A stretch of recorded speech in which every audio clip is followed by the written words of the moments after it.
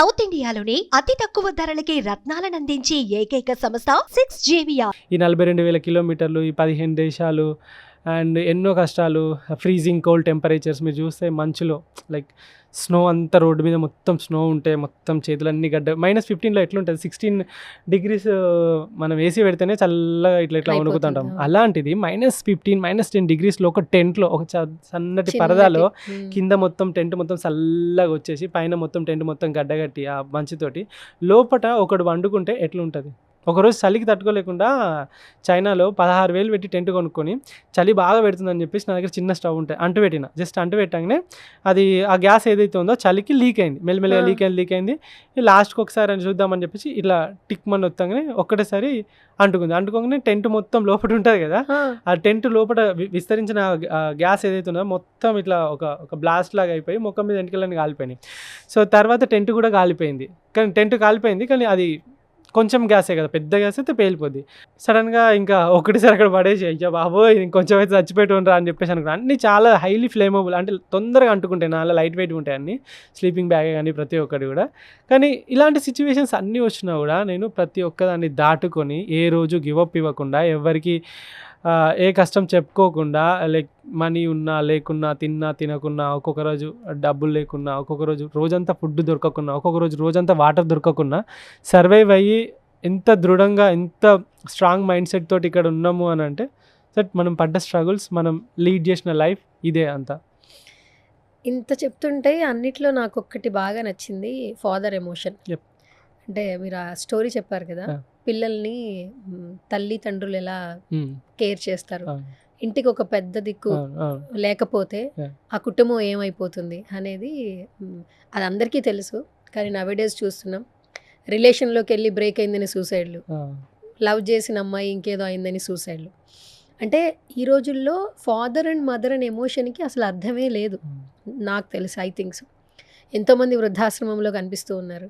వాళ్ళ గురించి అంటే సెల్ఫ్ లవ్, ఆ స్వార్థం, నాది ఇంతకుముందు మనది, మనం ఇప్పుడు నేను ఒక్కదాన్నే బాగుంటుంది చాలు, ఆ జనరేషన్స్లో మనం ఉన్నాం. కానీ మీ నాన్నగారి నుంచి మీరు చాలా నేర్చుకున్నారు. మీలాంటి వాళ్ళు ఒక 4 మాటలు చెప్తే ఇంకా మనం ఏ కాలంలో ఉన్నాం అంటే, జనరేషన్ అప్డేట్ అవడంలో తప్పలేదు, టెక్నాలజీ అప్డేట్ అవడంలో తప్పలేదు, మనకి ఫెసిలిటీస్ రావడంలో. కానీ మనలో ఉన్నటువంటి వాల్యూస్ అని మాత్రం ఖచ్చితంగా ఉండాలి. ఉండకపోతే కలియుగంలో బ్రతుకుతున్నాం అని చెప్పి మనం ఖచ్చితంగా ఎక్స్పెక్ట్ చేయాలి. నేను ఒక మాట వింటుంటానండి, ఎప్పుడైనా సరే మనం నెగిటివ్ సెన్స్లోకి వెళ్ళిపోయినప్పుడు be positive, never give up అని అంటుంటాం. ఈ 2 హ్యాష్ట్యాగ్లు పెట్టుకుని బ్రతికిస్తుంటాం అలాంటి వాళ్ళని సోషల్ మీడియా ఆన్ చేయగానే. కానీ you are the best example. Never give up అనేదానికి Ranjith is the best example అని నాకు అనిపిస్తుంది ఈ స్మాల్ ఇంటరాక్షన్లో. నిజంగా nice meeting you once again Ranjith garu. And నాకు ఫస్ట్ కాల్ చేసినప్పుడు ఇంటర్వ్యూ అన్నప్పుడు మీరు అడిగిన క్వశ్చన్స్ తప్పలేదు. ఆడియన్స్కి నేను చెప్పాలి ఫస్ట్ ఆఫ్ ఆల్, ఆయన నన్ను కాల్ చేసి ఇంటర్వ్యూ అడిగినప్పుడు నాకు ఒక ఎగ్జామినేషన్ పెట్టారండి. అంటే ఆయన జర్నీ కాబట్టి ఫస్ట్ నేను ఒక ఇంటర్వ్యూ కావాలని అడిగాను. సో ఆడియన్స్ చెప్పాలి కాబట్టి చెప్తున్నా. ఫస్ట్ నన్ను ఒక 4 questions అడిగారు, నా గురించి మీకు ఏం తెలుసు, సో నన్ను ఎలా ఇంటర్వ్యూ చేయాలనుకుంటున్నారు. సో ఇవన్నీ నాకు ఒక 10 to 15 minutes ఒక సెషన్ జరిగింది. ఆ తర్వాత ఇంటర్వ్యూ ఇచ్చారు. ఇది నిజమా కదా చెప్పండి. కానీ అలా చేయడం వల్ల తప్పలేదు, నేను అగ్రీ చేస్తాను. నెక్స్ట్ టైం నేనే కాల్ చేసి చెప్పాను, మీ జర్నీ చూసాక నాకు అనిపించింది మీరు నన్ను ఇంటరాగేషన్ చేయడంలో తప్పలేదని. అంటే ఎందుకలా అన్నానంటే, లైక్ అంటే ఇప్పుడు ఎదుటి వాళ్ళ గురించి తెలియలేదు అనుకోండి, సో దట్ మనం ఎంత ఎగ్జామ్కి ప్రిపేర్ అవుతే అంత మంచిగా ఆన్సర్ చేయగలుగుతాం. సో మీరు ఎంత తెలుసుకుంటే అంత నన్ను లైక్ నా లోపల ఉన్న ఏదైతే ఉన్నదో ఎమోషన్ ఉన్నదో దాన్ని టచ్ చేసి అది ఆడియన్స్కి చెప్పగలుగుతాం. ప్రతిసారి నా ఛానల్లో నేను చెప్పగలను, నా ఛానల్లో నేను చెప్పలేను, ఎందుకంటే అడిగితే చెప్పగలను. సో ఇలాంటి ప్లాట్ఫామ్ వచ్చినప్పుడు ఆ థాట్స్ అనేటివి బయటకు వస్తాయి. ఆ థాట్స్ మీకు తెలియగలిగితే సో ఓకే. కానీ మీరు అందరిలానే లైక్ ఎగ్జైట్ అయిపోయి హాయ్ అండి లైక్ ఎప్పుడు జర్నీ స్టార్ట్ నేను అడగలేదు ఆ క్వశ్చన్ ఇప్పుడు మిమ్మల్ని. జనరల్ క్వశ్చన్స్ వచ్చినప్పుడు ఆ జనరల్ క్వశ్చన్స్లో టైం అయిపోద్ది. ఓకే సరే done. Okay, so YouTube start చేయాలని ఎలా అనిపించింది? యాక్చువల్లీ యూట్యూబ్ స్టార్ట్ చేయాలనిపించలేదు, నాకు తెలియదు అసలుకి అది యూట్యూబ్ అనేది.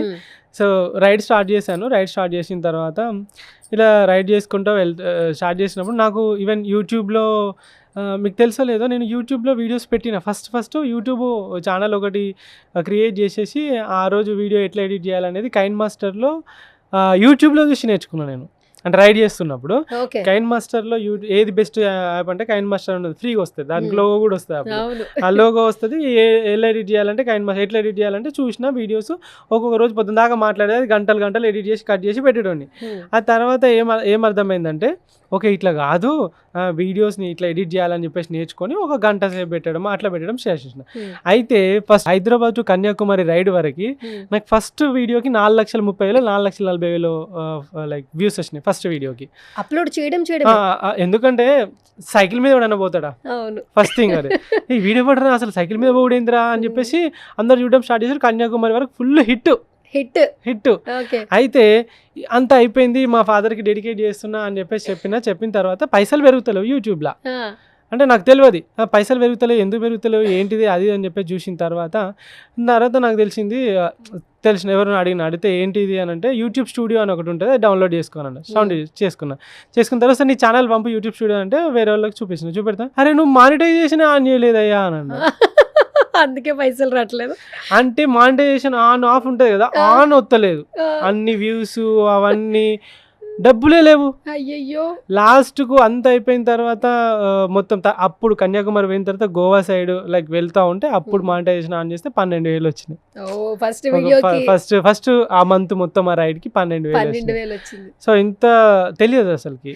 ఇప్పుడు ఎడిటింగ్ మీరే నేర్చుకున్నారు, ఆ తంబు టెక్స్ట్ కూడా నేర్చేసుకున్నారా మీరే? ఎడిటింగ్ ఒక thumbnail మాత్రం నేను చేయను, ఎందుకంటే ఇంకా దాని మీద కూర్చుంటే నేను రైట్ చేయలేను ఫస్ట్ థింగ్.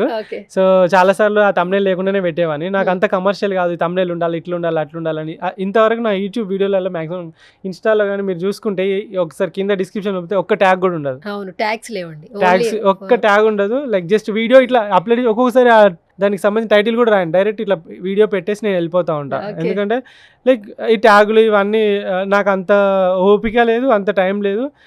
లైక్ ఫాలో చేయండి ప్లీజ్, సబ్స్క్రైబ్ చేయండి ప్లీజ్, అందరికి షేర్ చేయండి అని కూడా ఎప్పుడు చెప్పలేదు నేను చెప్పాను. ఎందుకంటే నీ జర్నీ నచ్చితే చూస్తారు, ఆటోమేటిక్గా ఫాలో అవుతారు, అది ఆటోమేటిక్గా పోతుంది. ఇంకా ఫాలోవర్స్ ఇవన్నీ వ్యూస్ ఇవన్నీ లైక్ నాకు రైడ్ చేయాలి అంతే. సో అదొకటే చేసేవాడిని.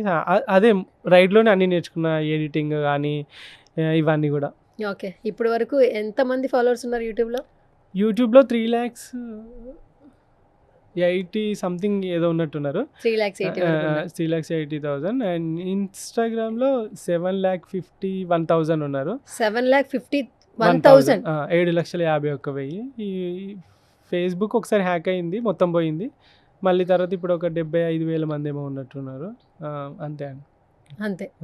ఓకే. సరే, ఇప్పటి వరకు చాలా వీడియోస్ ఉన్నాయి కదా, ఒక్కో వీడియోకి ఒక్కొక్క రెవెన్యూ వస్తుంది కదా, హైయెస్ట్ రెవెన్యూ ఏ వీడియోకి వచ్చింది? ఏ ప్లేస్కి వెళ్ళినప్పుడు వీడియో నచ్చింది ఆడియన్స్? అది శ్రీలంకలో ఉన్నప్పుడు ఒకసారి పికాక్ ఉంటుంది, ఆ వీడియో చూస్తే మీరు అసలు షాక్ అవుతారు. అది రైడ్ చేస్తూ ఉన్నా అడవిలో రైడ్ చేస్తూ ఉంటే బాగా లైక్ అలసిపోయినా, దాహం వేస్తుంది అని చెప్పేసి ఆగి సైకిల్ ఇట్లా పెట్టేసి ఇంకా ఇట్లా వాటర్ తాగుదామని బాటిల్ తీసి తాగి ఆడబెట్టి ఇంకా ఇంకెన్ని కిలోమీటర్లు ఉందని చెప్పేసి సెల్ ఓపెన్ చేసి ఇట్లా ఒత్తుతా అంటే సడన్గా వెనకకి వెళ్ళి ఏదో వెనక సైకిల్ మీద పడ్డట్టు అండ్ ఇట్లా శబ్దం వచ్చి ఇట్లా చూసిన అనగానే ఒక ఇట్లా షార్ప్ నోస్ కనబడ్డది ఇక్కడ, పికాక్. ఇట్లా చూడగానే మీకు తెలుసు లేదా, పికాక్ దగ్గరికి వెళ్ళి చాలా భయపడతారు మీరు. దాని షార్ప్ నోస్ ఉంటుంది కదా, ఒక్క పొడిస్తే ఇంకా రంధ్రం పడుతుంది. చూసి ఒక్కసారి ఏంటిది అని చెప్పి చూసారు, పికాక్ అరే ఇదేంది, పికాక్ ఏందని చెప్పేసి ఇంకా నాకు ఒకటేసారి అర్థం కాలేదు. సరే దానికి ఏమైనా ఆకలి అవుతుందేమో అని చెప్పేసి పీనట్స్ ఉండే తీసిన, ఇట్లా పొడిచింది, అది జస్ట్ తినడానికి ఇట్లా పొడిచింది, అంటే ఇట్లా పీనట్ పట్టుకుంటుంది కదా, ఇట్లా పొడవగానే మస్తు నొప్పిలేసింది. అది ఇట్లా 2 తీసుకొని ఊంచేసింది, వెళ్ళిపోయింది. ఊంచేసింది, సైకిల్ మీదనే ఉంది, ఊంచేసింది. ఆ టెన్షన్లో నేను కెమెరా ఆన్ చేయలేదు, తర్వాత వెంటనే కెమెరా ఆన్ చేసిన, అదంతా రికార్డెడ్ ఉంది. తర్వాత మరి ఏంది దీనికి ఏం ఫుడ్ తింటలేదు, వాటర్ కావాలని చెప్పేసి వాటర్ చూస్తే వాటర్ కూడా పట్టించుకుంటలేదు.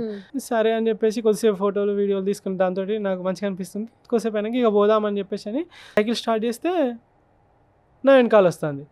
ఇదేంది నా వెనకాల వస్తుందని చెప్పి స్టాండ్ వేసి నిజంగానే వస్తుందా అని చెప్పేసి సైకిల్ చుట్టూ తిరిగిన. అది సైకిల్ చుట్టూ నేను ఎట్లా తిరుగుతా అది ఎట్లా తిరుగుతుంది, వీడియో తీస్తుంది ఇదంతా, ఇదేంది ఇది ఇట్లా తిరుగుతుంది అని చెప్పేసి ఇట్లా కాదని చెప్పేసి నాకు ఇంకా లైక్ టెన్షన్ స్టార్ట్ అయింది. అసలు ఏమైంది దీనికి, స్పీడ్గా పరిగెట్టడం స్టార్ట్ చేసిన, సైకిల్ అక్కడ పెట్టేసి పరిగెట్టిన, అది సైకిల్ వచ్చేసి నా వెనక పరిగెట్టుకుంటూ వచ్చేసింది. అరే యార్! అక్కడ కొంతమంది బైకర్స్ వచ్చి బైక్ మీద, స్కూటీ మీద వాళ్ళు వీళ్ళు పోతారు కదా శ్రీలంకన్స్ వాళ్ళు కూడా షాక్ అవుతారు. ఇది వీనెనక తిరుగుతుంది అని చెప్పేసి. అక్కడికి పోయి అక్కడ వాళ్ళతో మాట్లాడినట్టు చేసి దాన్ని తప్పించి వాళ్ళకి అప్పచెప్దాం అన్నట్టు చెప్పేసి అక్కడ చుట్టూ తిరిగితే మళ్ళీ అక్కడ కూడా చుట్టూ తిరుగుతుంది. అక్కడ చుట్టూ తిరిగి స్పీడ్ ఉరికొచ్చి సైకిల్ ఎక్కి టప్పా తొక్కుకుంటా వస్తా అంటే 1.5 కిలోమీటర్ ఉరికొచ్చింది ఆ వెనకాల. అయ్యే బాబోయ్! ఆ తర్వాత 1.5 కిలోమీటర్ ఉరికొచ్చిన తర్వాత అది ఇంకా దానివల్ల కాలేదు పాపం. నేను ఇంకా సైకిల్ నాకు భయంతో అదృష్టవశాత్తు డౌన్ వచ్చింది. ఇంకా డౌన్లో సైకిల్ సూపర్ ఫాస్ట్గా వెళ్ళిపోయింది కదా, స్పీడ్గా వెళ్ళిపోయింది. అది ఇట్లా వీడియో తీస్తూనే ఉన్నా, పరిగెత్తుకుంటూ వచ్చి ఆగిపోయింది. అనిపిస్తుంది ఇంకొకసారి శ్రీలంకకి వెళ్తే ఆ ప్లేస్కి వెళ్ళి ఒకసారి అక్కడ చూడాలి, ఉంటుందా అది మళ్ళీ అసలు అంటే అది అసలు ఎందుకు వచ్చింది నా లైఫ్లో బిగ్గెస్ట్ క్వశ్చన్ అది.